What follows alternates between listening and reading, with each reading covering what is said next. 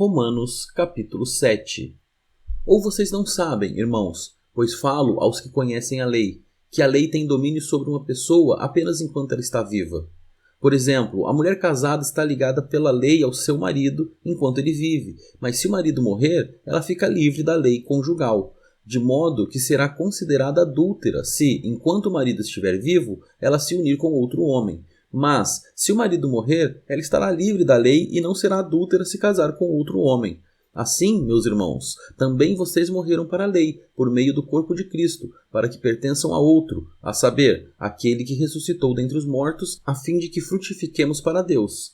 Porque, quando vivíamos segundo a carne, as paixões pecaminosas despertadas pela lei operavam em nossos membros, a fim de frutificarem para a morte. Agora, porém, estamos livres da lei, pois morremos para aquilo a que estávamos sujeitos, para que sirvamos de maneira nova, segundo o Espírito, e não da maneira antiga, segundo a letra.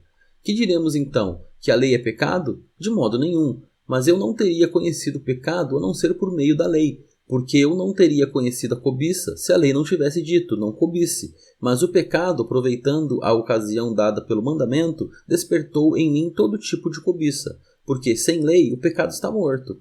Houve um tempo em que, sem a lei, eu vivia. Mas, quando veio o mandamento, o pecado reviveu e eu morri. E verifiquei que o mandamento que me havia sido dado para a vida, esse se tornou mandamento para a morte. Porque o pecado, aproveitando a ocasião dada pelo mandamento, me enganou e, por meio do mandamento, me matou. Assim, a lei é santa e o mandamento é santo, justo e bom. Então, aquilo que é bom se tornou morte para mim? De modo nenhum. Pelo contrário, o pecado, para mostrar-se como pecado, por meio de uma coisa boa, causou-me a morte, a fim de que, pelo mandamento, o pecado mostrasse toda a sua força de pecado.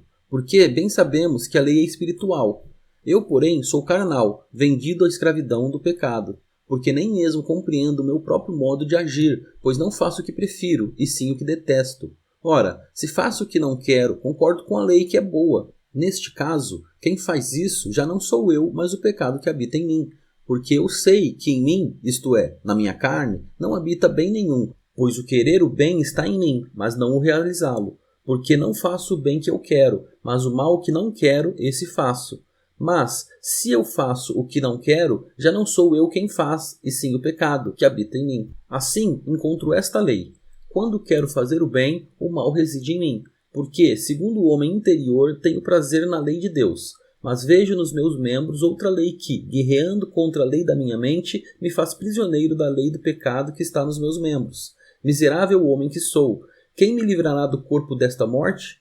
Graças a Deus por Jesus Cristo, nosso Senhor, de maneira que eu, de mim mesmo, com a mente, sou escravo da lei de Deus, mas, segundo a carne, sou escravo da lei do pecado.